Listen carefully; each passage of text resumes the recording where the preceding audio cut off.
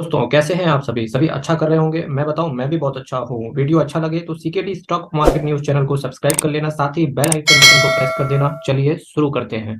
Hello friends, आज मैं आपके सामने जिस कंपनी की बात करने जा रहा हूँ उसका मार्केट कैप देखो 3,19,642 करोड़ का इसका मार्केट कैप है। करंट प्राइस देखो 2,274 का है। हाई इसने कंपनी ने 2,298 का लगाया, लो 1,456 का लगाया।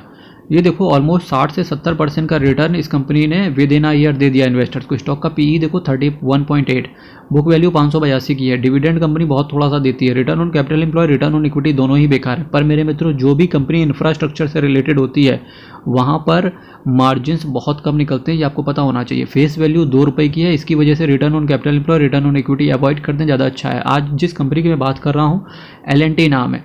मैं वीडियो 3:45 के आसपास मैं वीडियो एक म्यूचुअल फंड पे भी बनाता हूँ।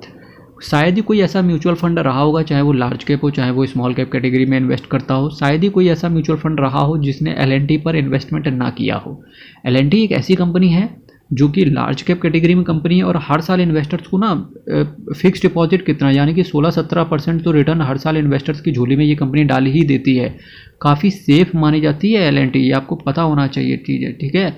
L&T की बात करूंगा तो हर साल कंपनी डिविडेंड दे ही रही है। स्टॉक के पीई की बात करेंगे तो 31 का पीई, अगर कंपेटिटर के हिसाब से देखेंगे तो ये देखो जितने भी इसके कंपेटिटर है ना, सबसे महंगा पीई इस कंपनी का हो गया है। वो यही रीज़न है कि यार अच्छा रिटर्न दे दिया इसने, ठीक है। हो सकता है आने वाले 1-2 साल में इंफ्रास्ट्रक्चर सेक्टर से L&T शायद रिटर्न ना दे पाए, तो सोच समझ के इन्वेस्ट करना, ठीक है। क्योंकि जब भी कंपनी एक अच्छा, स्पेशली जब ये लार्ज कैप कंपनियां अच्छा रिटर्न दे देती है ना,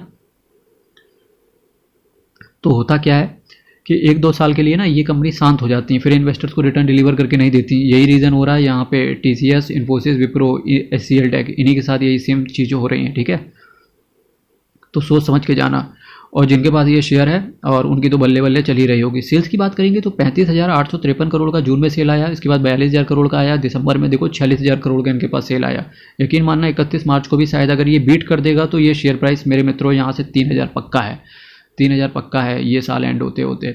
एक्सपेंस की बात करेंगे तो एक्सपेंस जिस हिसाब से इनका सेल बढ़ रहा है उस हिसाब से इनका एक्सपेंस नहीं बढ़ रहा है, जो कि अच्छी चीज़ है। अब देखो यही रीज़न है कि कंपनी ना नेट प्रॉफिट निकाल पा रही है और EPS भी कंपनी अच्छा दे रही है। 2,228 करोड़ का प्रॉफिट हुआ, फिर 2,785 करोड़ का प्रॉफिट हुआ, उसके बाद 3,058 करोड़ का प्रॉफिट हुआ। EPS 12, 15 और फिर 18 हो गया। यही रीज़न है कि शेयर कितना ज़बरदस्त इन्वेस्टर्स को रिटर्न मैन्युफैक्चर करके उसकी झोली में डाल के जा चुका है। अब देखो शेयर कैपिटल की बात करेंगे तो शेयर कैपिटल देखो 1,405 करोड़ की थी, इसके बाद 497 करोड़, और शेयर कैपिटल धीरे धीरे घुसती चली जा रही है। कंसर्न वाला सब्जेक्ट है, ठीक है। अगर रिजर्व एंड सरप्लस की बात करेंगे तो देखो 81,554 करोड़ का रिजर्व एंड सरप्लस है। रिजर्व एंड सरप्लस भी कम हो गया यार मार्च 2022 से सितंबर 2022 तक, ठीक। बोरोविंग्स कंपनी को देखो, कर्जा बहुत बढ़ गया कंपनी के ऊपर यार। बिना कर्जे के ना ये जो ये सेक्टर होते हैं ना मैन्युफैक्चरिंग वाले, ये चलते नहीं है यार, है ना। मैन्युफैक्चरिंग क्या है, जो ये कंस्ट्रक्शन वाले सेक्टर होते हैं ये चलते नहीं है यार बिना कर्जे के, है ना। तो यही रीज़न है। देखो यार लॉन्ग टर्म बोरोविंग 56,000 करोड़ की है, शॉर्ट टर्म 70,000 करोड़ की है। शॉर्ट टर्म से डरने वाली बात होती नहीं है, लेकिन लॉन्ग टर्म वाले से डरने वाली बात होती है। लेकिन यहाँ भी कोई डरने वाली कंसर्न है नहीं, क्योंकि 81,000 करोड़ का तो इनके पास रिजर्व एंड सरप्लस ही पड़ा हुआ है। उसके बाद देखो नेट कैश फ्लो देखो 2049 करोड़ का नेट कैश फ्लो था। उसके बाद बचा इनका मार्च 2022 में 397 करोड़ का कैश फ्लो बचा। डेटर डेज देखो, डेटर डेज भी इनके काफ़ी कम हो गए, 113 दिन के थे, फिर इनके 108 दिन के बचे, ठीक है। FIIs की बातें करेंगे तो कंपनी के अंदर प्रोमोटर्स तो कुछ खास है नहीं। FIIs की बात करेंगे तो FIIs ने कंपनी के अंदर स्टेक इंक्रीज़ कर लिया। DIIs ने भी कंपनी 1% के आसपास DIIs निकलते हुए दिखे। भारत सरकार का भी स्टेक है इसके अंदर, गवर्नमेंट ऑफ इंडिया का स्टेक है इसके अंदर 0.23%। पब्लिक का स्टेक है इस कंपनी के अंदर, लेकिन पब्लिक ने 1% के आसपास ना शायद प्रॉफिट बुक किया होगा इन्होंने, पब्लिक निकलते हुए देखने को मिल रही है, ठीक है।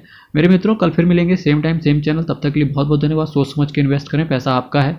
और कल फिर मिलेंगे, चैनल को सब्सक्राइब कर लेना और वीडियो को शेयर कर देना। बहुत बहुत धन्यवाद।